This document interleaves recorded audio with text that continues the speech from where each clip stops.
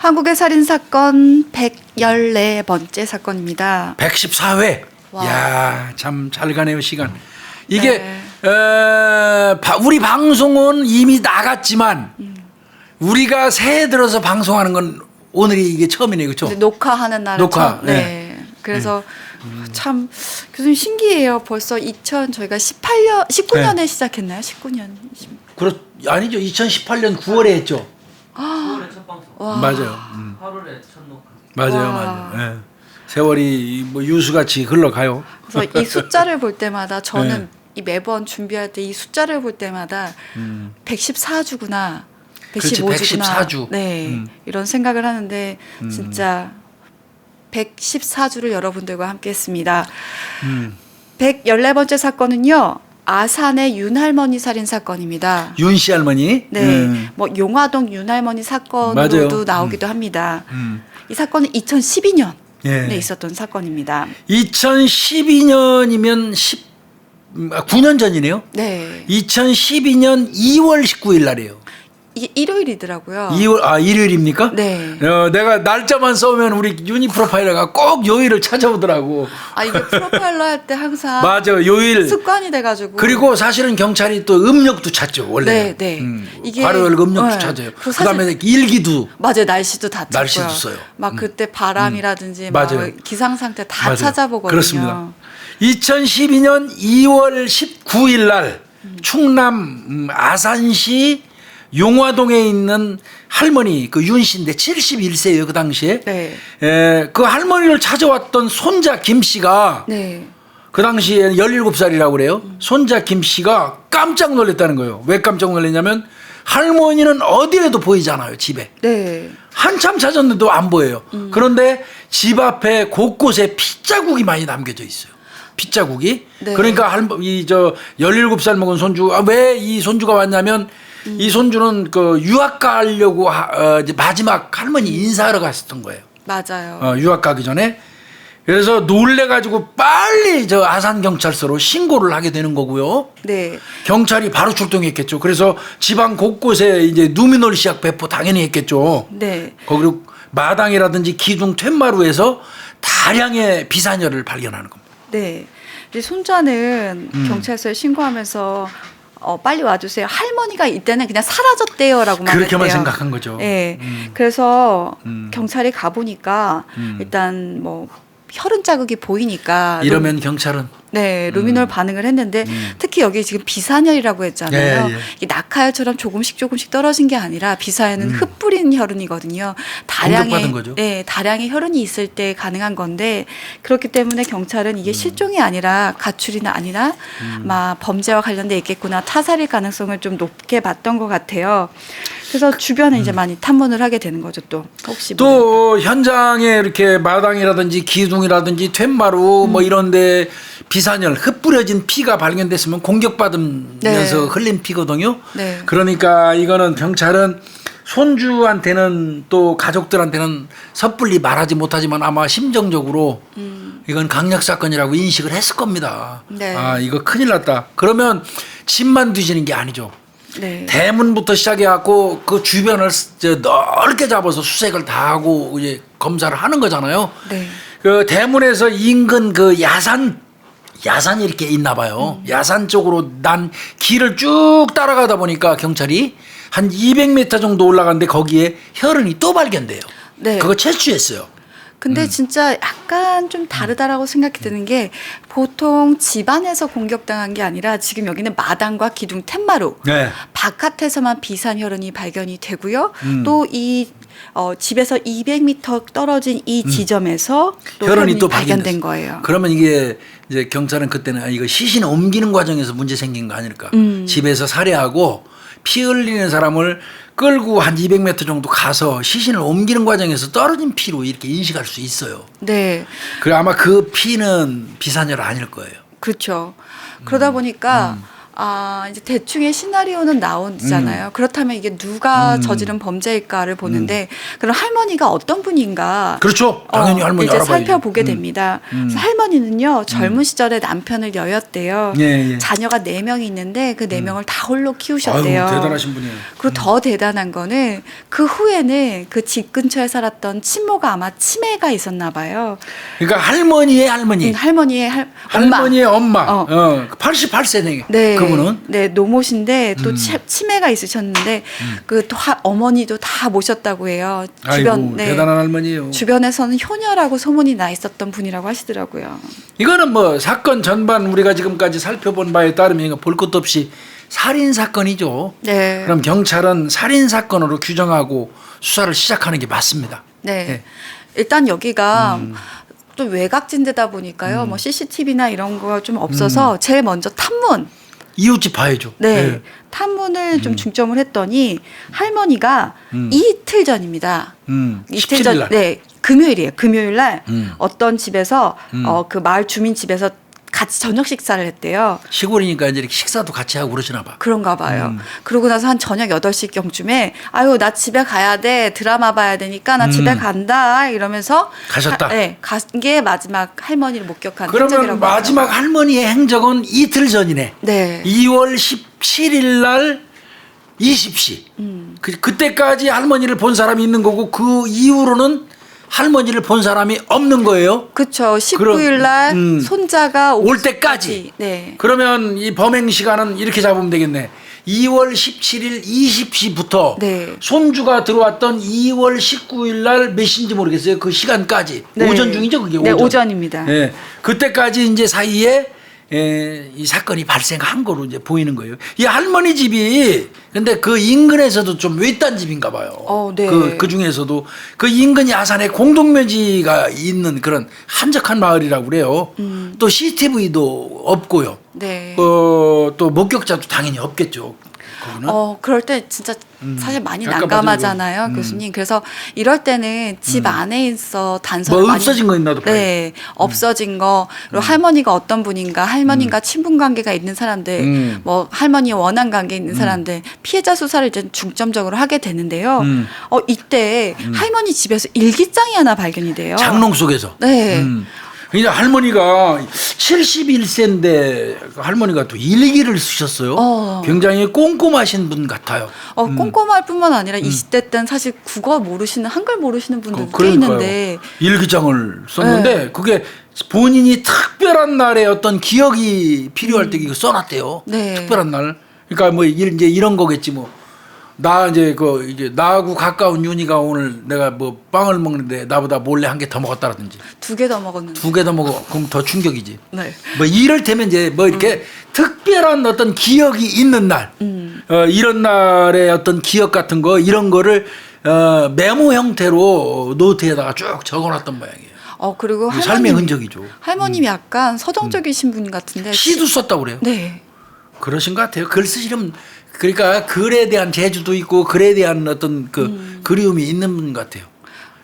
글을 쓰고 싶다는 그런 그 아련한 그런 그 소망은 저는 평생 안고 살았어요. 그러니까 저는 의외로 좀 많이 놀랐던 게 나이가 좀 드시면서 시를 공부하시는 분들이 많이 많아요. 생기시더라고요. 그 시 엄청나게 감동적이에요. 그러니까 저는 나이가 더 드시면서 그 뭔가 마음을 표현할 때 그 시로 표현하신다라는 게 대단해 보이시더라고요. 전 아직도 사실 시가 그렇게 저한테 아직 와닿진 않거든요. 시는 공부해야 돼요, 조금. 항상 교수님이 네. 그 얘기 하시거든요. 네. 그래서 정말 교수님 말 생각날 때마다 그래서 시 한 편씩 읽기는 하는데 읽다 보면 쓰고 싶어지고 쓰려면 공부하게 되고 그렇게 되거든요. 한번 시는 참 이게 시를 갑자기 뭐 살인 사건 얘기하다가 뭐 문학 얘기를 하는데 시는 시를 이 하늘의 목소리라고 말하는 사람도 있어요. 시를. 하여튼 뭐 시는 한 번씩 읽어보시면 좋을 것 같아요. 하여튼 뭐 이 할머니가 일기장에다가 시도 쓰고 중요한 그 특별한 기억 같은 것도 적어뒀던 것 같아요. 네. 그러면 경찰 입장에서는 야, 이 할머니 일기장에다가 감정이 있었던 놈, 원한 가질 만한 놈, 금전 돈 빌려주거나 받고 뭐 이렇게 채권 채무 이런 것도 적어놨을지도 모르잖아. 네. 그러니까 일기장을 엄청나게 확인하고 일기장에 등장하는 사람은 이제 다 용의자로 이제 분류가 될 수 있죠. 그렇죠. 일기장에 등장하는 뭐 사람들, 사건들 꼼꼼히 이때부터 체크를 하게 그렇죠. 되는데 이때 딱 경찰관의 눈에 수사관의 눈에 포착된 게 두 사건과 두 그렇습니다. 인물이 있습니다. 첫 번째 인물은 누구였냐면요. 몇 달 전까지 할머니의 일을 치료해 주던 사람이 있었어요. 그러니까 무허가 치과. 네. 할머니를 무자격으로 제가 무허가로 일을 치료해 줬는데 할머니가 돈은 돈대로 다 냈는데 비싸잖아요. 근데 차도가 하나도 없다. 막 부작용만 생겼다. 네. 이걸 원망하는 글을 그러니까 아마 그 무자격 치과 그 사람 의사 치과 의사 부자격 하여튼 뭐 그 사람에 대한 원망을 이렇게 기재를 해놨는데 그 사람은 이 씨예요. 네. 55살 먹은 네. 이 씨고요. 수백만, 그러면 요 네. 사람도 이제 용의자 1번 들어가죠. 네. 이렇게 써 있었대요. 수백만 원 들여 치료받았는데 차도는 차도는커녕 그냥 부작용만 생겼다. 원한 그 원망사 할 만하네요. 네. 그다음에 두 번째가 또 있죠. 두 번째. 네. 이건 자기 동생이 친동생. 친동생 술만 마시면 전화해서 험한 말을 했다고 하는데 욕도 했다고 하더라고요. 그러니까 할머니한테 욕하고 동생이라는 놈이 그러니까 이제 괘씸해서 적어놓은 거네. 네. 그러면 이 사람도 용의자 2가 되겠네, 그렇지? 네. 5살 아래 친동생, 55살에 무허가 치과 의사. 하여튼 뭐 이 씨 이렇게 두 명이 있어요. 그렇다면 이 사람들이 알리바이를 하나하나씩 체크해야 되는데 그렇죠. 일단 5살 아래 친동생은요. 그 동시간대 우리가 아까 얘기했던 2월 17일 아까 밤부터 말한, 19일 오전까지는 그 아산 온양읍에 그 집에 있었다라고 했는데 그게 사실로 확인이 됐어요. 그럼 이제 하나 이 씨 그 치과 이 씨만 남았는데 이 사람은 알리바이를 딱 대봐라. 그러니까 지는 뭐 대전에만 있었대요. 네. 그 치과 그 저 무자격 그 사람은 대전에만 있었다고 그랬는데 기지국사를 딱 해보니까 18일 날 아산에 와가지고 여러 곳을 돌아다닌 게 나와요. 그럼 네. 거짓말한 거잖아. 네. 치과 의사라고 합시다. 무자격 치과 의사. 네. 어찌됐건 뭐 치료하는 사람 의사라고 일반적으로 부르니까 그러나 자격이 없으니까 엄밀히 얘기하면 의사도 아니지만 야매 우리는 야매 치과라고 그러지 야매. 네. 그죠? 진짜 오랜만에 들어보는 야매 치과 뭐 이렇게 얘기하죠. 그 야매 치과한테 이빨 잘못하면요. 밥 먹다가 통으로 빠지는 수도 있어요. 교수님 삼킨 사람도 봤었죠. 야매 또 조심해야 되는 게 성형외과야. 그러니까 그거 있죠. 네. 그러니까 이거는 저 치과 야매로 했던 이 치과 의사 이 사람은 지는 그 기간 동안에 2월 17일 밤부터 2월 19일 오전까지 대전에만 있었다고 얘기를 했는데 네. 기지국사 휴대폰 기지국사에 보니까 아산에 와서 뱅뱅 돌았으면 이 사건이 난 데가 아산 용화동이잖아. 네. 그러니까 경찰 입장에서는 요놈 봐라 이거 명백히 거짓말하네. 그래서 이제 차를 가서 뒤져버려요. 근데 차를 뒤지는 과정 중에 뒷좌석에 미세한 혈흔이 있는 거예요. 이때 이거 짜릿했을 거예요. 네. 이거 봐라. 차량 뒷좌석에 혈흔이 보입니다. 그래서 이걸 국가수에 의뢰하고 있는 동안 또 거탐을 거탐도 하는데 하죠. 거짓 반응 나왔죠. 네. 이때는 이건 볼 것도 없이 치과 의사가 범인이네요, 이거. 그죠? 근데 네. 그렇게 그런데, 의심하고 있는 과정 중에 국가수에서 결과 통지가 옵니다. 예. 이거 윤 씨 할머니의 혈흔이 아닌데요. 이거 그 이 씨 가족의 생리혈입니다. 아마 경찰은 국과수에서 윤 씨 할머니 혈흔이 막 일치합니다 하고 딱 나오면 그날로 만세 부르면서 바로 수갑 질렀을 거예요. 네. 그런데 잔뜩 기대했을 것 같습니다. 거짓말 탐지기도 거짓 반응 나왔으니까 이건 뭐 100% 이 사건 잡은 거나 마찬가지야. 아마 주목하고 있었을 거야. 아마 형사 한 팀 정도는 가서 대전에서 있었을 거로 저는 보여요. 네. 이 사람 또 도주할까 봐 기다리고 있다가 집 앞에 잠복하고 있다가 국과수 그 결과 딱 나와서 야 일치야 따 그럼 바로 들어가서 땄을 거예요. 네. 그 준비 짠뜩 하고 있었겠죠. 딸라고 살인사건 하나 잡는다고. 근데 국과수에서 날라온 게 혈흔 일치하지 않는다. 네. 그러니까 증말하면 그 이 씨 무자격 치과 의사 가족 중에 생리혈이 그 뒷좌석 시트에 묻었던 거예요. 미세하게.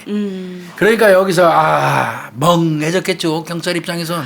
경찰은 그러면서 아니 도대체 그럼 왜 거짓말을 한 겁니까? 그렇지.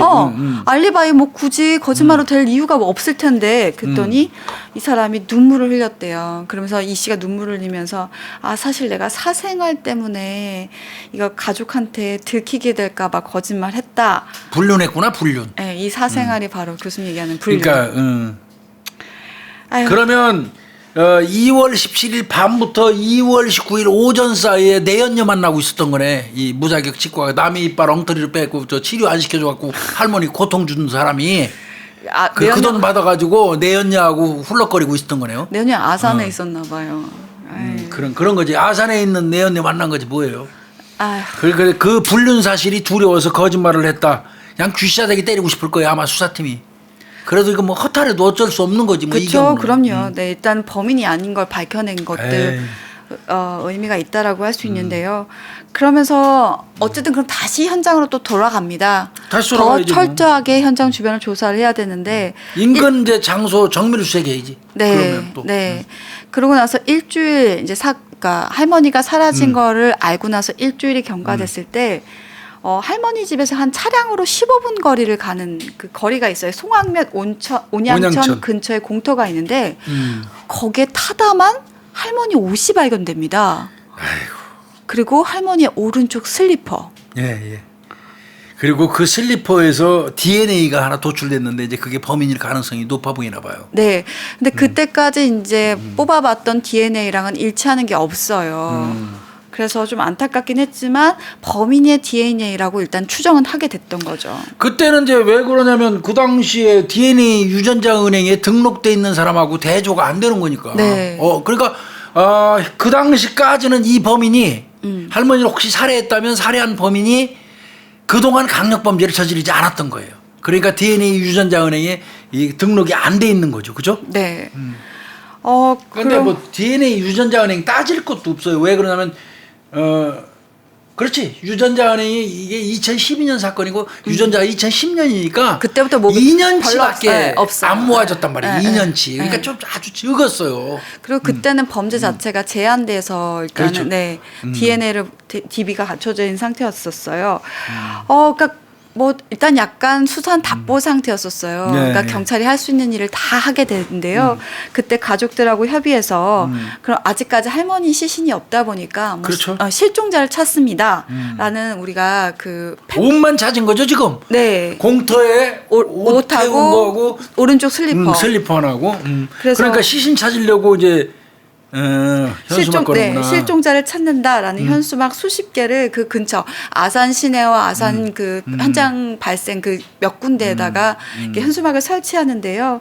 이때는 뭐 목적이 여러 가지 있죠. 뭐 실종된 할머니도 찾고 혹시 목격자 있으면 목격자도 찾기 위해서 하고요. 다른 경찰서하고 이제 공조 요청도 하고요. 네. DNA 일일이 그 이제 다 대조하는 거지. 그게 어떤 거냐면 이런 이제 유사 피의자들 DNA 대조라고 그러는데 맞아요. 유전자 은행에는 2010년부터 했으니까 한정적이잖아. 대조군이. 그러니까 이제 경찰이 뭐를 하냐면 살인 사건, 할머니 같은 분들 여성 집에 들어와서 살해하고 뭐 이런 놈들만 또 있잖아요. 그 사람들을 추려요. 동물수법 전과자를. 그래 그 사람들 하나하나 찾아다니면서 DNA를 긁어 오는 거예요. 그래가지고 슬리퍼에서 나온 거하고 슬리퍼에서 나온 거하고 대조. 네. 계속 엄청나게 오래 걸릴 거예요. 하나하나. 그렇죠. 유사 수법을 썼던 범죄자들과 하나하나 일치했는데 그때도 DNA가 안 나오는 거예요. 이 일치하는 DNA가. 해가 넘어갈 때까지 안 나왔다고 그래요. 근데 사실 그거 힘들어요. 사실 힘듭니다. 일일이 찾아가서 되는데. 바로바로 만나는 것도 아니고 연결해서 찾아가고 하니까 이거 시간이 무한정 흘러가는 거죠. 네. 네, 쉽지 않습니다. 그거. 그런데 사건 발생하고 1년 9개월이 지났을 때였습니다. 2013년 11월 9일 날 아침 6시입니다. 아침 6시 어느 곳에서 단독주택에서 사건이 하나 발생을 하는데요. 예, 이게 이제 그러면 이제 이 사건은 별건이죠. 네, 별건으로. 자, 경찰은 저 윤할머니 살인 사건은 지금 뭘 조사하냐면 슬리퍼에서 나온 DNA하고 일치하는 유사 범죄자들만 추적하는 거예요, 지금. 네. 그러던 와중에 그 사건은 1년 9개월이 흘렀어요. 그 윤할머니 사건은 1년 9개월이 흘렀을 때 아산시 남동에서 똑같은 아산이에요. 아까 할머니는 용화동이고 여긴 남동이고 네. 동만 달라요. 혼자 살고 있는 김모 할머니 단독주택 맞습니다. 네. 그 할머니 집에 흉기를 들고 침입해서 30cm 가량의 휘칼이라고 그래요. 아. 예, 모자하고 마스크 쓰고 그런 범인이 침입해서 할머니를 겁박한 다음에 현금 6만 원을 강취하고 이때 이놈이 해칠 생각 없으니까 돈만 내놓으라고 할머니한테 그랬대요. 네. 그런 거 근데 그러면 그건 특수강도죠. 네. 흉기 들고 들어와서 할머니한테 위협하고 6만 원 뺏어갔으니까 그걸 훔쳐갔던 석땡땡이라는 석시의 석 돌멩이 석 돌석 할 때 석땡땡이 40살 먹은 놈이 체포가 돼요. 네. 응. 근데 이게 체포된 과정이 조금 일반 뭐 그 현장에서 검거되거나 그런 경우가 아니고요. 그렇지 않아요. 네. 현금 6만 원을 강취를 했는데 그 과정 중에 이제 이 성머모가 나는 해칠 생각 없으니까 돈만 내놔라. 그런데 그 할머니가 피해 할머니가 딱 6만 원을 건네면서 아유 힘들지 어려운데 이게 내가 줄 테니까 그냥 가져가 6만 원 가져가고 밥 먹었어? 그러면서 아, 힘들면 와서 이렇게 강도짓 하지 말고 우리 집 와서 밥 먹고 가. 이 할머니 엄청나게 침착한 할머니 김모 할머니인데 네. 김씨 할머니인데 그러면서 왜 젊은이가 이러고 살아? 앞으로는 그런 이런 짓 하지 마. 그리고 딴 데 가지 말고 나한테 와 나한테. 돈 필요하면 나한테 와 내가 네. 조금씩 줄게. 네. 이런 거예요. 이거 범인 달래기 대단한 거예요. 그리고 실제로 이 할머니는 그렇게 하고 끝내려고 그랬던 것 같아요. 내 느낌은. 그런데 이거를 그 이웃집에서 봤어요. 이웃집 다른 사람이 지인이 이 할머니가 신고한 게 아니고 이웃집 그 지인이 이웃집에서 경찰에 신고를 해버린 거예요. 저는 근데 이때도 이웃집이 목격했다라는 건 집 안이 아니란 얘기잖아요. 밖에서 한 거예요. 마당 쪽에서. 그렇죠. 이 바깥에서 뭐가 있었던 그렇죠. 것 같아요. 윤할머니 생각이 딱 나죠. 그죠? 네. 윤할머니도 안쪽에서는 하나도 없었잖아요. 바깥에서 뭐가 있었는데 혈흔 자국이 있었는데 그 생각이 문득 났었고 또 경찰들도 이 사건 할머니 집, 단독주택, 흉기 뭐 이런 부분에 있어서 좀 이게 한두 번의 사건이 아니겠다. 뭐 대조해봐야 되겠다 이런 생각도 들었던 것 같아요. 하여튼 그 김모 할머니 집에 들어가 가지고 이웃집이 신고해서 네. 6만 원 그 특수강도 혐의로 석땡땡이가 체포돼 가지고 이제 재판까지 가서 얘는 징역 2년 6월에 집행유예 4년 받았어요. 네. 짐작컨대 특수강도가 2년 6월에 집행유예 4년이면 첫 번. 할머니를 해하지 않았고 그 다음에 할머니가 아마 모르기는 해도 내가 볼 때는 합의서 써줬을 거예요. 네. 그런 바람에 징역 2년 6월에 집행유예 4년 받은 것 같아요. 근데 전과가 없었을 가능성이 전과 없죠. 전과가 네. 있었으면 당연히 DNA 대조에 나왔죠.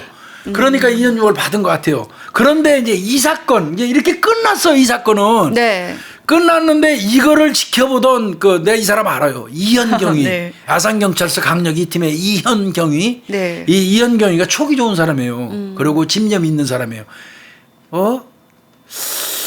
이 석땡땡이 사건이 한만 봐도 조금 전에 우리 김윤희 프로파일러 말씀하신 거하고 똑같아. 이거 봐라. 장소도 똑같고 대상도 똑같아. 범행 수법도 유사한 것 같아. 흉기 들고 들어가고 회칼 30cm 들고 들어갔잖아요. 근데 네. 윤씨 할머니도 칼 사용했을 확률이 높잖아요. 이거 봐라. 이상하다. 이런 생각이 들었어요. 그래서 그 석땡땡이를 구속 송치하면서 입 벌려 이 새끼가 긁은 거야.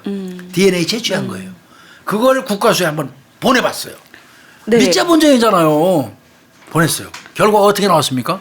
바로 2013년 12월 10일 국과수에서 네. 윤할머니 슬리퍼에서 발견된 DNA와 석땡땡의 DNA는 일치한다는 결과를 통보합니다. 그러면 검거로 댕길 필요도 없네.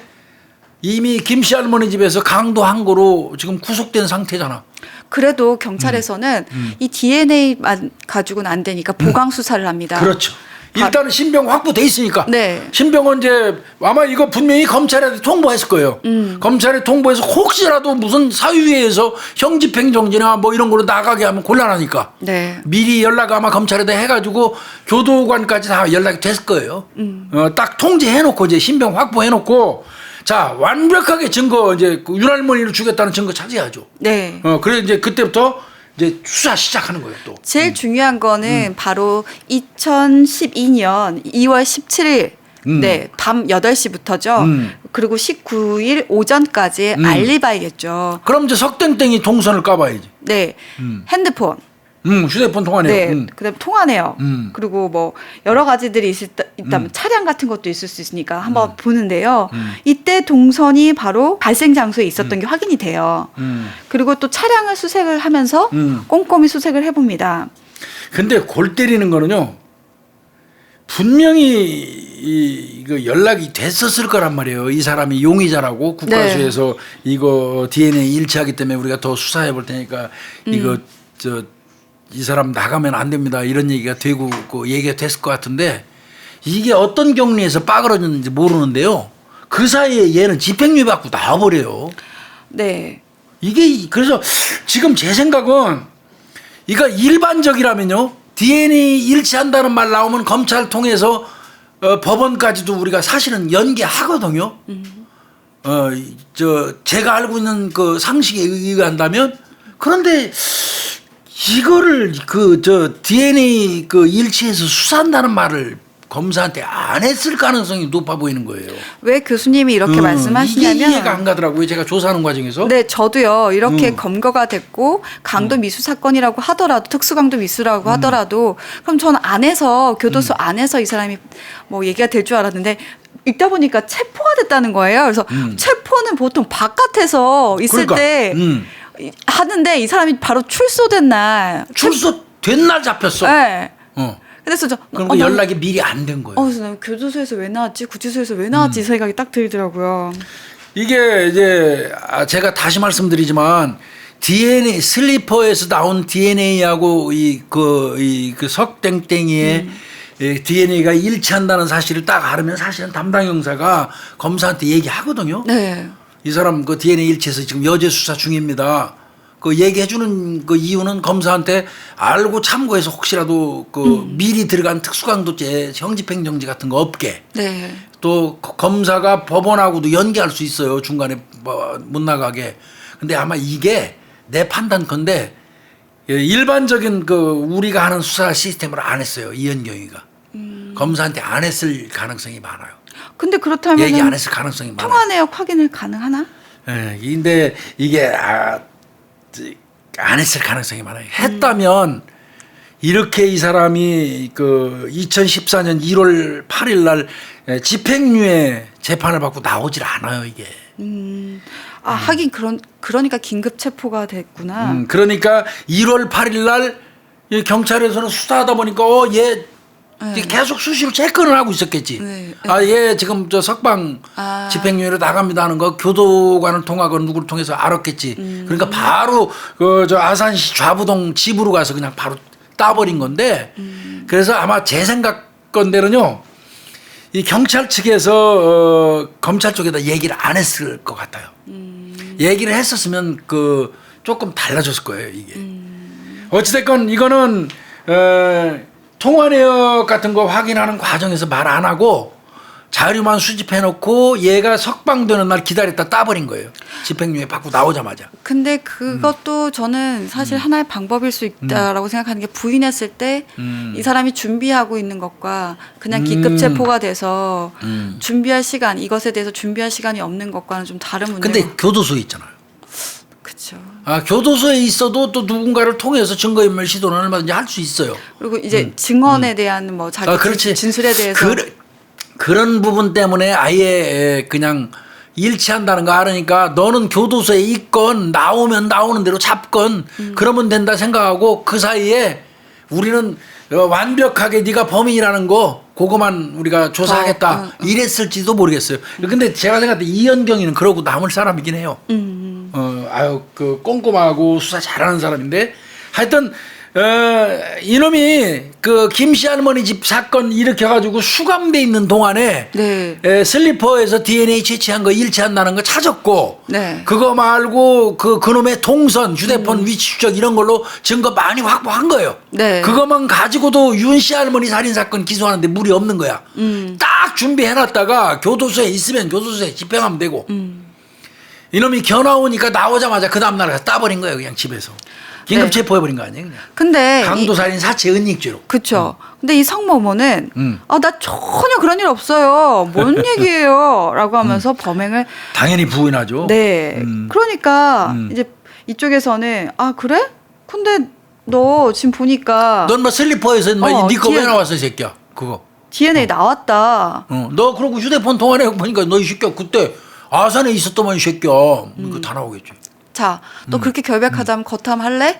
딱 이렇게까지 얘기를 했대요. 음. 그러니까 사실은요. 제가 죽인 건 아니고요.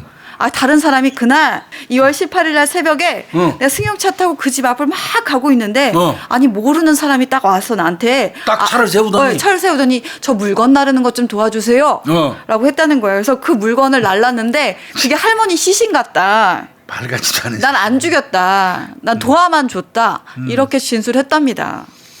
뭐, 이게 말이 된다고 생각해요? 아니요, 에휴, 교수님. 이거를 누가 말이라고. 새벽에 지나가는데 네? 물건 날라달라고. 참. 이때 아마 이제 경찰이 이현경이가 이놈을 약간의 트릭을 좀 썼어요. 얘가 내가 죽였다고 해도 시체가 어디 있는지 말 안 하면 곤란해지니까 네. 시체 찾는 게 우선이잖아. 네. 그러니까 이현경이가 약간의 트릭을 썼어요. 야, 너 시체 먼저 찾아야 된다. 살인은 그래 네가 안 했다고 치자. 네 말대로 도와달라고 그래서 네가 도와줬다고 쳐. 그거 인정해줄게. 그런데 살인은 그러면 면할 수 있지 않겠냐? 그러면 근데 너 한번 생각해봐. 살인이 죄가 더 크냐? 사체 유기가 더 크냐? 살인이 더 크죠? 그럼 넌 뭐 사체 유기로만 처벌받으면 돼. 네가 옮겨줬다며 그 장소를 대봐 그러면. 그럼 네 말대로 네가 옮겨준 장소 얘기하면 우리가 시신 찾고 네 말 어느 정도 믿어줄게. 이게 트릭이에요. 네. 그러니까 이 자식이 살인죄에서 잘하면 벗어나겠구나. 날르는데 도와만 줬다고 그러면 되는 걸로 가겠구나. 그러면 당연히 나르는 거 도와줬으면 시신 어디다 갖다 날라줬는지 지가 밝혀야 될 거 아니야. 네. 그러니까 얘기를 한 겁니다. 자기가 시신 유기한 데를 이 기지발이한 거예요. 맞아요. 사실은 살인 빼줄 것처럼 사체 유기 작은 죄로만 처벌할 것처럼 트릭을 쓴 거예요. 그러니까 이놈이 지가 갖다 유기한 장소를 얘기한 거고 거기서 시신 찾는 순간 너 이 새끼야 여러 정황으로 봐 네가 죽여서 네가 유기한 거야 하고 엮어버린 거고. 네. 그렇고 계속 증거를 대다 보니까 이제 이쪽에서 석 씨가 이제 자백해야죠, 이제 그 정도면. 인정을 합니다. 사실은 내가 유흥업소 비용이 부족했다. 그래서 그거를 벌려고 살해를 했다. 유흥비 때문에. 네. 요놈 석땡땡이 이놈은 자동차 부품 공장 댕겨다 해고됐다고 그러는데 무직 상태에서 돈이 좀 궁했다고 그래요. 네. 그렇다면 너 사건에 있었던 날 어떤 일이 있었는지 좀 얘기 좀 해라. 그랬더니 사건 당일날. 네. 그러니까 17일이죠. 17일 날 그 저녁에 지인하고 아산시 노래주점에서 아마 술을 먹었는데 다음 날 새벽 18일 새벽까지 마신 거예요. 근데 범행이 있던 날이다. 네. 근데 차를 음주운전하면 어떻게 돼요, 교수님? 딱 걸리잖아요. 그렇죠. 그러다 보니까 그거 음주 단속 피하려고 농로를 이용해서 이렇게 차를 끌고 가고 있었던 거예요. 그 할머니 집이 하필이면 그 롱로로 이렇게 가는 외진 그 길목에 있었던 거예요, 그죠? 네. 에이. 근데 요놈은 평상시에도 음주운전 피해가지고 그 길로 댕겼던가 봐요. 그러면서 할머니 혼자 산다는 거는 요놈이 면은 트지 않았어도 알고는 있는 거예요. 요놈이. 그쵸. 예, 그러니까 거기 지나가다가 음주운전 피해서 술 잔뜩 처먹고 이제 새벽에 그 지나가다가 보니까 이게 늘 우리가 사건을 위해서 우리 김윤희 프로파일러가 수도 없이 100번도 넘게 했을 것 같아. 문 열어놓으면 안 된다. 문 열어놓으면. 그러니까 문을 이게 열어놓고 안 넣고 뭐가 중요해라고 하지만 진짜. 이들한테는 그냥 시그널이에요. 범위를 유발할 수 있단 말이에요. 문이 열려 있네. 나를 향해 오라고 하네. 우리는 저게 무슨 얼토당토한 소리야라고 하지만 그들한테는 그게 시그널처럼 보인대요. 그러니까요. 이게 열려 있었어요. 그날 윤할머니 집이 열려 있었던 겁니다. 그러니까 이놈이 거기 할머니 집을 한 200m 정도 지나쳐서 차를 딱 세웠어요. 그러니까 지 차로 할머니 옮기는 과정에서 200m 지점에서 혈흔이 나왔던 겁니다. 네. 자, 할머니 집 쫙 지나쳤죠? 네. 한 200m 정도의 지차 딱 세워놓고 할머니 집으로 간 거예요. 네. 집으로 가서 집 안으로 들어가니까 할머니가 얼마나 할머니들이 인기척 밝어요. 근데 저는 이때 이 에이. 사람이 아무래도 이상하다라는 게 트렁크 안에 흉기가 있었어요. 그걸 챙겨서 가지고 갔죠. 네, 그래서 그 안쪽 상의 주머니에다 넣고요. 대문으로 들어갑니다. 근데 교수님 말씀하신 대로 누구야? 그러고 나오고. 부스럭부스럭한 소리가 나니까 누구야 하면서 할머니가 나온 거예요. 그래서 그 할머니한테 나오자마자 돈 내놔 이렇게 얘기를 한 거죠. 아까 그 저 구속됐던 김씨 할머니도 또- 똑같잖아요. 네, 그랬잖아요. 네. 응. 그러니까 할머니가 뭔 소리야? 막 그 이제 돈 아마 저항을 했겠죠. 소리를 지르시려고 했겠죠. 이게 아쉬운 돈- 부분이에요. 네. 이게 아쉬운 부분이에요. 그러니까 이때 할머니를 향해서 흉기를 4번 휘두릅니다. 이게 정말 아쉬운 부분이에요. 저희가 이 사건으로 해서 방송 많이 했죠. 어떤 경우라도 내가 이길 수 없는 상황이고 그렇다면 순응하라고. 목숨보다 귀한 건 없습니다. 그 다음에 범인 얼굴 보려고 악을 쓰고 노력할 필요도 절대 없어요. 특히나 범인의 눈을 똑바로 쳐다보는 거는 자살행위예요. 그거는. 네. 칼들은 놈한테. 그냥 시키는 대로 할머니 있는 대로 좀 다 줬어야 돼요. 그런 부분은 굉장히 아쉬워요. 그 김씨 할머니 같은 경우는 있는 대로 6만 원 주고 오히려 그냥 밥 먹으러 오라고 그러고 또 실제로 그 할머니는 불쌍해 보일지 몰라. 그렇다 손치더라도 그 피해자가 범인을 만났을 때 어떤 처신에 따라서 어떤 면에서는 목숨이 오고 하거든요. 이 할머니 같은 경우는 돈 내놓으라고 그러니까 저항을 좀 했던 것 같아요. 할머니가. 그 바람에 가슴 같은 데를 한 4번 정도 찔려서 이제 살해된 건데 그러니까 이 자식이 이제 찔러놓고 할머니 이제 피 흘리면서 쓰러지니까 이제 지도 당황한 것 같아요. 이놈이 초범이잖아요. 네, 네. 그러다 보니까 방에 들어가지도 못하고 일단 피를 봤으니까 이 피를 빨리 지워야 되겠다는 생각밖에 안 했던 그거는 거예요. 또 생각한 게 웃겨요. 네, 그러니까 마당하고 텐마루 쪽에 있던 기둥 같은데? 네, 혈흔이 있다 보니까 그 아마 그 할머니네 집 앞에 마당이 있다 보니까 가루 비누 같은 거, 그렇죠. 그 네, 그러니까 빨래판 같은 것도 네, 있고. 가루 비누하고 수건을 이용해서 그 혈흔을 계속 지웠던 겁니다. 그래서 누미놀 시약으로 비산혈을 밝힌 거죠. 네, 예. 그리고는 이 할머니를 그 이제 집집마다 있죠. 시골에는 농업용 대형 비닐 네, 그걸로 이제 시신을 둘둘 말아요. 이렇게 일자로 돼 있는 거를 시신을 둘둘 말아가지고 차에다가 실은 거예요. 그게 이제 지차까지 200m 정도 되는 거죠. 네, 예. 그래서 그 200m 지점 본인의 차가 서 있던 그 즈음에 할머니의 혈흔이 떨어져 있었던 겁니다. 네. 그래가지고 그 할머니 시신을 차에다 싣고 그 다음에 이제 어디로 갔죠 이게? 그 2.5km 정도 떨어졌던 그 벚곡동이라는 데 낚시터가 있어요. 예, 예. 그 낚시터를 아마 배회를 좀 했었나 봐요. 그러다 간이 화장실에 그 정화조를 딱 본 거예요. 이게요 유료 낚시터들을 이렇게 만들어 놓잖아요. 나 낚시꾼이잖아요. 나 만들어 놓으면 낚시터 주변에 드문드문 이동식 화장실을 놔요. 낚시꾼들이 그 낚시하다가 이제 화장실 가야 화장실 되니까. 가 쓰라고. 그러니까 낚시터 주변에 있는 정화조 같은 거 이제 그 간이 화장실 정화조 같은 거 있잖아요. 거기에다가 유기를 하는데 그냥 그 유기를 안 하고 요놈이 옷을 벗겨서 유기해요.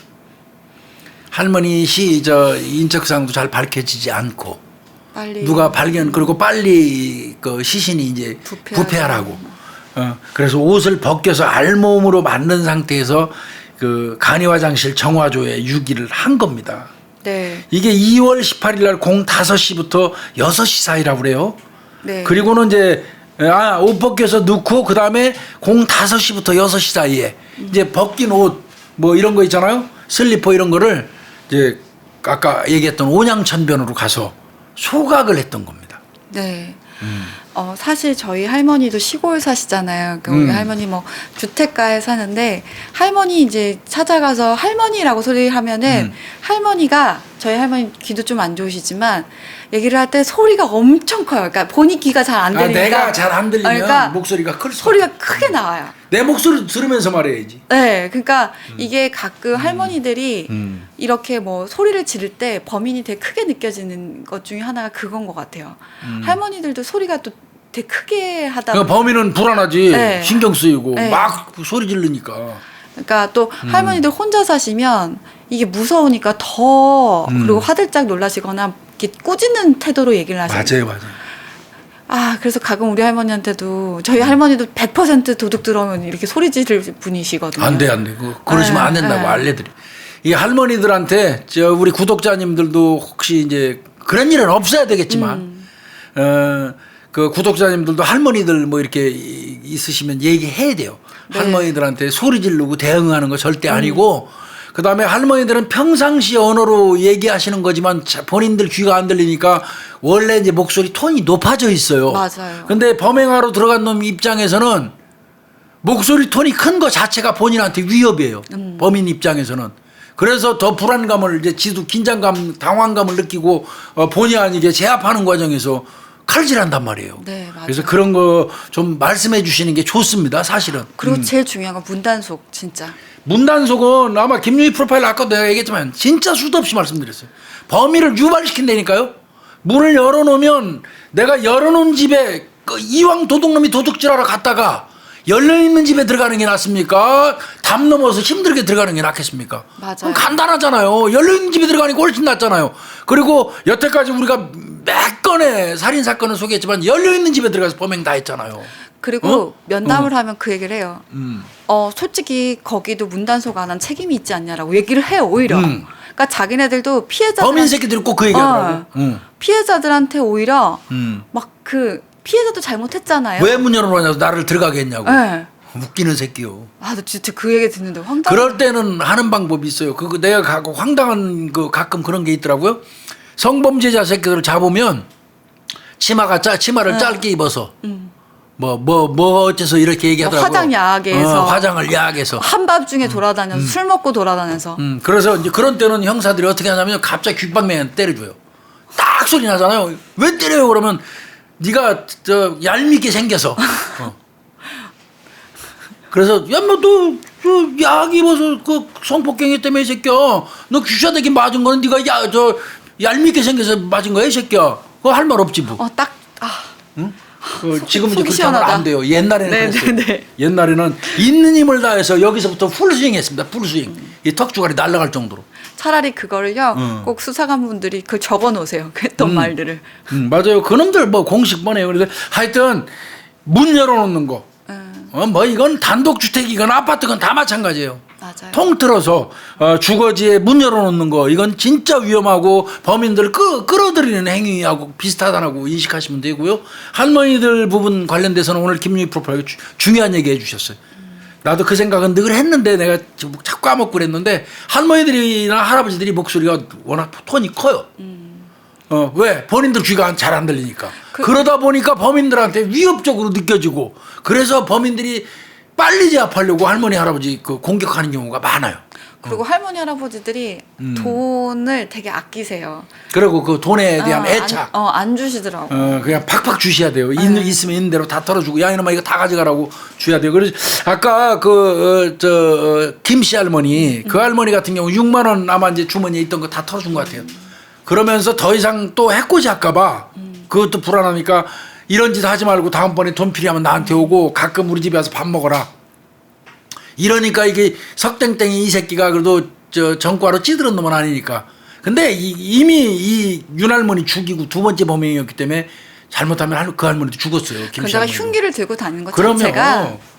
그러면. 저는 그리고 생각보다 좀 빠르게 일 처리를 했거든요. 그 사체 같은 것도 보통 그러니까 이게 들고 쉽지 않은 도망가는데. 일이에요. 그쵸 교수님. 이게 피를 지울 생각을 했고 또 사체를 이동할 생각을 했다라는 게. 나는 이 새끼 어떤 면에서 보면요. 이 건 범행 하나만인 것 같지는 않아 보이기도 했어요. 이 사건을 저도요. 분석하면서. 이게 할머니를 죽이고 불과 며칠 안 돼갖고 또 똑같이 할머니를 죽이러 강도하러 들어가서 물론 그 할머니 살려줬지만 근데 첫 번째 그 윤할머니 살해하고 난 다음에 그 여유 있게 그 사람 죽이고 나서 그 할머니를 비닐포대로 싸가지고 또 어지간한 범인 같으면 이렇게 합니다. 얼떨결에 살해했잖아요. 그냥 두고 가기에 급급하고. 맞아요. 그렇지. 할머니를 살해하고 둘둘둘 싼 다음에 일단은 그 싼 상태에서 놔두고 지 차를 가지고 집 앞으로 갈 것 같아요. 저도요. 차를 빠꾸해서. 네. 그죠? 네. 그리고 싫을 것 같은데 이놈은 그렇게 안 했어요. 가지고 가. 그 시신을 들고 네. 지차 앞에 저쪽 미리 앞에 200m 지점에 물론 세울 때부터 범행을 준비했기 때문에 그래요. 네. 집 앞에 세워놓고 범행하면 그 집 앞에 서 있던 차를 보고 금방 누가 보고 신고했으면 잡히니까 네. 아예 집 앞에서 먼데 한 200m 정도의 차를 세우고 살살살살 걸어와서 범행하고 다시 가겠다는 의미로 세웠는데 그래도 시신 만들어 놓은 저 살해하고 난 이후에는 차 빠꾸에서 와가지고 싣고 가는 게 맞거든요. 근데 네. 이놈은 시신 메고 갔어요. 그리고 혈흔 지우죠. 저는 또 그 세제까지 이용해서 네, 할머니의 옷을 또 벗기잖아요. 벗기고. 또 따로 유류품 같은 경우 따로 소각하잖아요. 이거는 이놈이 절대 초범 같지 않은 행동이에요. 네. 결국은 두 번째 범행에서 검거됐고 첫 번째 것까지 이제 이 얘기가 다 됐는데 트렁크에 흉기를 갖고 다닌다는 것 자체부터 이거 애초부터 계획 범행이라고 볼 수밖에 없어요. 휘칼이잖아요, 예. 이거 교수님. 예? 휘칼이고 말이야 이거. 그래서 1심에서는 25년 받았더라고요. 예, 이게 1년 10개월간 첫 번째 범행 숨기고 살았죠 이 새끼. 네. 그러고 나서 다시 독거노인 김 씨한테 들어가고 위협하고 현금 강취했으니까 그리고 거짓말 증언하고 계속 오리발 까다가 진술 번복하고 수사에 혼란 주면서 징역 25년 받았어요 1심에서. 네. 그리고 항소심에서도 또 확정이 됩니다. 25년이. 근데 이놈이 25년짜리예요. 이게 저는 아무래도 이상해가지고. 이거는 정말 이거 25년짜리 아니거든요. 이건 계획범죄입니다. 트렁크에서 칼 꺼내갖고 집 앞을 통과해서 200m 지점에 세워놓고 걸어서 온 것까지 계산하면 이건 완전 계획범행이거든요. 네. 그 계획범행 상태에서 할머니 살해하고 시신 가지고 와서 유기하고 소지품 옷 벗겨서 불태우고 그렇게 지나고 그 다음에 두 번째 범행에서 할머니한테 특수강도짓 하고 네. 이런 놈이 어떻게 징역 25년밖에 안 돼요. 두 개 합산해서 뭐 그건 집행유예 나온 게 그 집행유예 받은 거 그거 예산값 같이 쳐야 될 거 아니에요. 그럼 25년 너무 싼 거죠.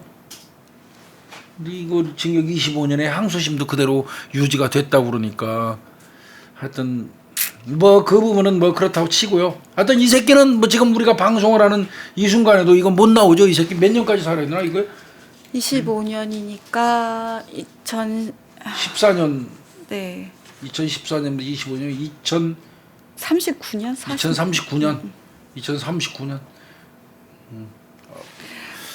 반성 많이 하고 살아야 될 겁니다 이놈. 네. 이 윤할머니의 자녀분들이 이게 참 딱했던 분들이에요. 사실 이게 2월 17일인지 18일인지 19일 사망하셨는지 잘 모르잖아요. 날짜 모르잖아요. 그러면 제사 날짜도 못 잡아요. 그런다가 할머니가 납치를 당한 건지 그렇죠. 살해당한 건지 시신 차지하지. 네, 몰랐었던 상황이었는데 돌아가신 날짜도 모르고 시신을 못 찾아서 제사도 못 지내고 있었다. 그렇죠. 근데 경찰관들이 이렇게 끈질기 수사로 시신이라도 찾을 수 있게 해줘서 정말 고맙다라고 말을 전했다고 합니다. 그렇습니다. 이거는 내가 볼 때 이현경이의 어떤 그 촉, 네. 그다음에 사실 촉이라는 것도요. 수사관의 촉은 무슨 천부적으로 타고나는 거 아니에요.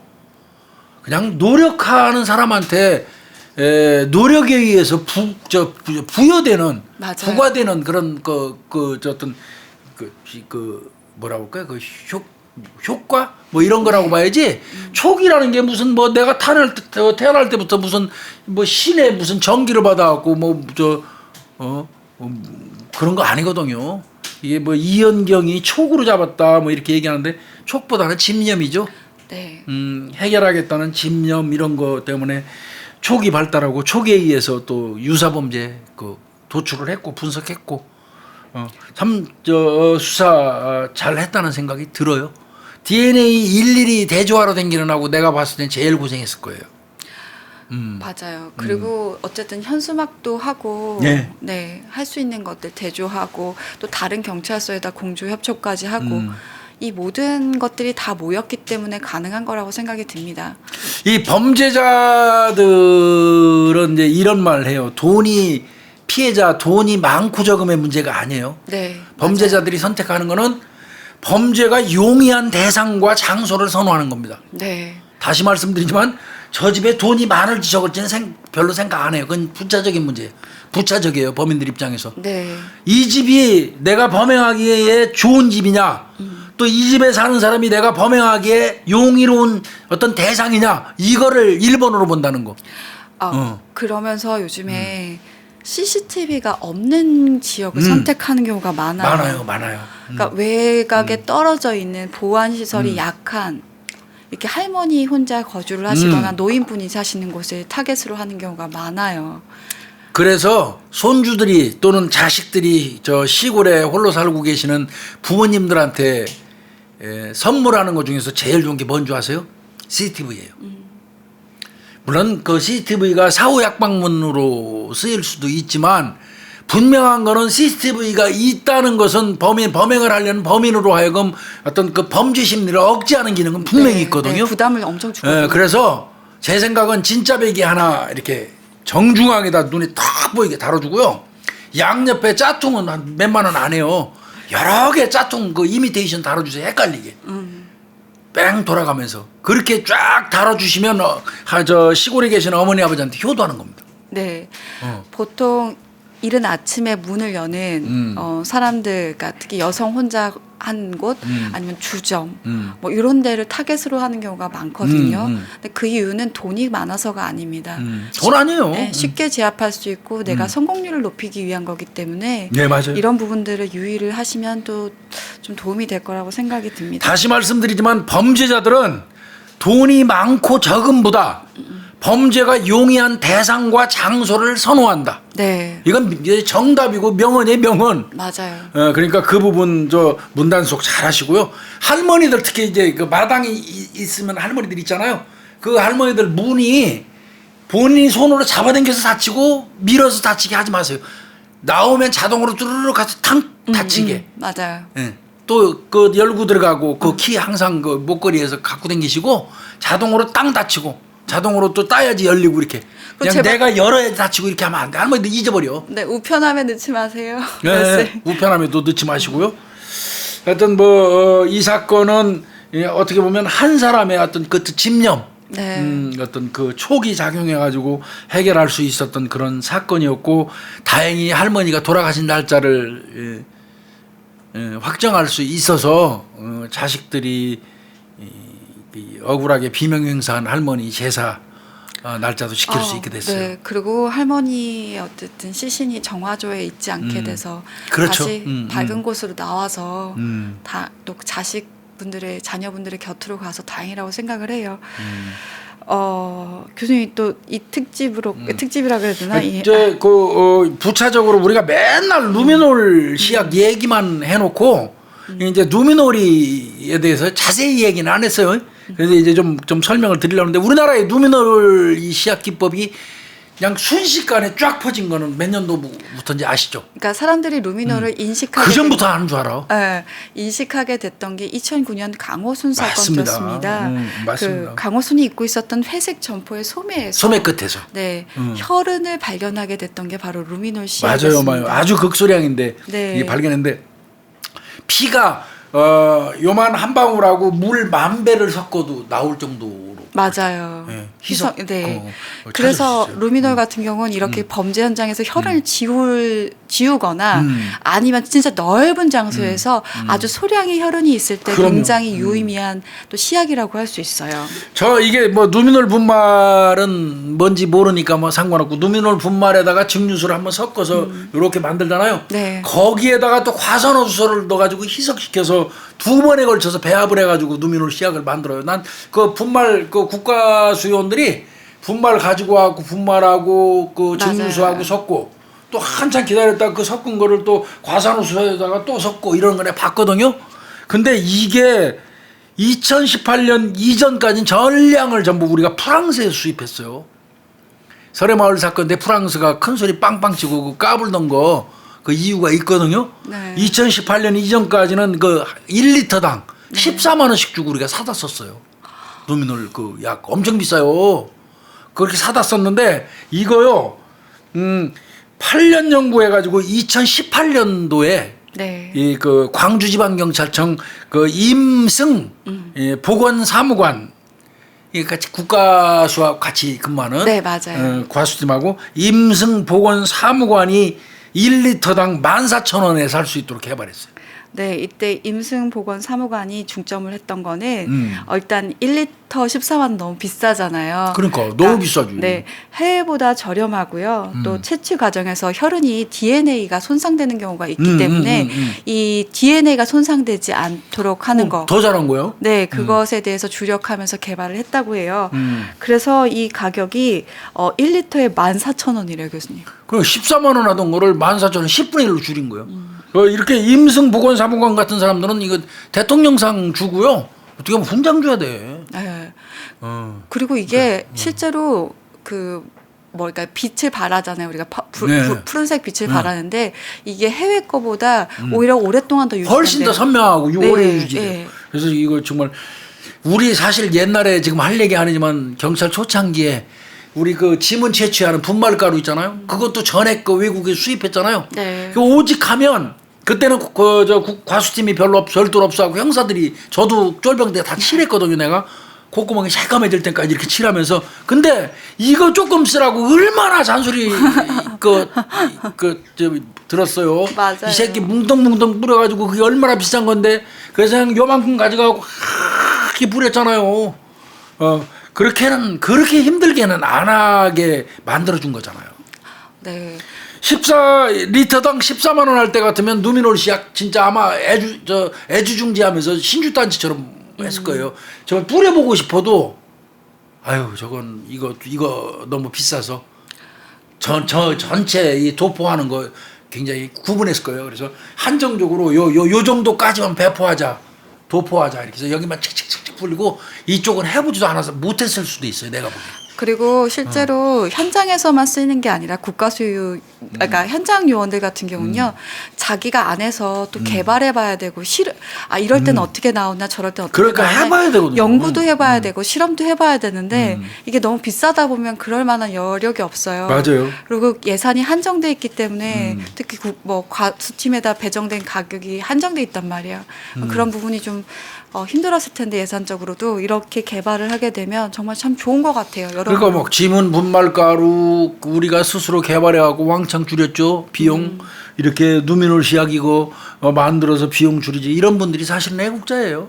네. 자기가 맡은 분야에서 최선을 다해서 일하는 사람들이. 그래서 지금 이 순간에도 우리 방송 보시는 구독자님들 각각 자기 장소, 자기 위치에서 이 코로나 그 방역 수칙 잘 지키면서 이렇게 버텨주시는 것 그 자체로 애국입니다. 요즘에 입에 발린 소리 지금 우리가 방송하는 이 근처에 사시는 분들 큰 집에 사시는 분들 그분들이 애국하는 거 아니에요. 맨날 입으로만 국민을 위해서 하지 국민 팔아갖고 사기나 치고 앉았죠. 네. 각각 우리 맡은 분야에서 열심히 일하는 우리 구독자님들 그런 분들이 진짜 이 나라에 애국하는 겁니다. 사실은 나라는요. 한 나라는 위정자에 의해서 흘러가는 게 아니에요. 그들은 군림한 뿐이에요. 그 한 나라는 전부 다 이름 없는 민초들이 끌고 가는 겁니다. 유사일에 그래왔고 아마 영원히 그럴 거예요. 단지 중심 잡아달라고 위정자 세우는 건데 이제 그게 잘못되면 엉뚱한 쪽으로 항해를 하게 되죠. 또 이 말 조심해야 될 것 같더라고요. 또 뭔 말만 하면 세상에 우리 사건으로 해다가 뭐 정치 성향이 있다고 씨부리는 그 정신 넋 빠진 인간들이 있더라고요. 우리가 정치하고 무슨 상관이 있습니까? 정치 쪽하고 무슨 개념이 있고요. 관심도 없을 뿐더러 신경 쓰기도 싫고 쳐다도 보기 싫은 사람인데. 네. 저는 저는 그 무당이에요, 무당. 이당 저당 아니고. 무당. 순간 딴 생각했어요. 무당이라 그래서. 무속인 무당? 네. 근데 양당이기도 해요. 이두저도 아니면 양당이지. 새해 처음으로 녹화한 날 또 사건을 다뤄봤습니다. 할머니 우리가 명복을 진짜 빌어드리고요. 네. 가족분들 힘내시라고 말씀드리고 싶고요. 예. 사건의 해결은 단순하게 누군가 처벌을 받는 거에서 그치는 게 아닙니다. 어느 유가족들에게는 정말 맞아요. 이런 사건이 시신을 찾아주고 한을 풀어주는 경우도 있고요. 다른 주변 사람들한테 반드시 범인은 잡히고 죄는 대가를 치르게 되는구나. 네. 나도 하지 말아야 되겠구나. 라는 어떻게 보면 예방 효과를 갖다 주기도 합니다. 네. 보이는 게 다가 아닙니다. 그렇기 때문에 그 자리에서 더 열심히 해야 된다는 생각 오늘도 하게 됩니다. 아이고 오늘 고생하셨어요. 네, 예, 고생하셨습니다. 고맙습니다.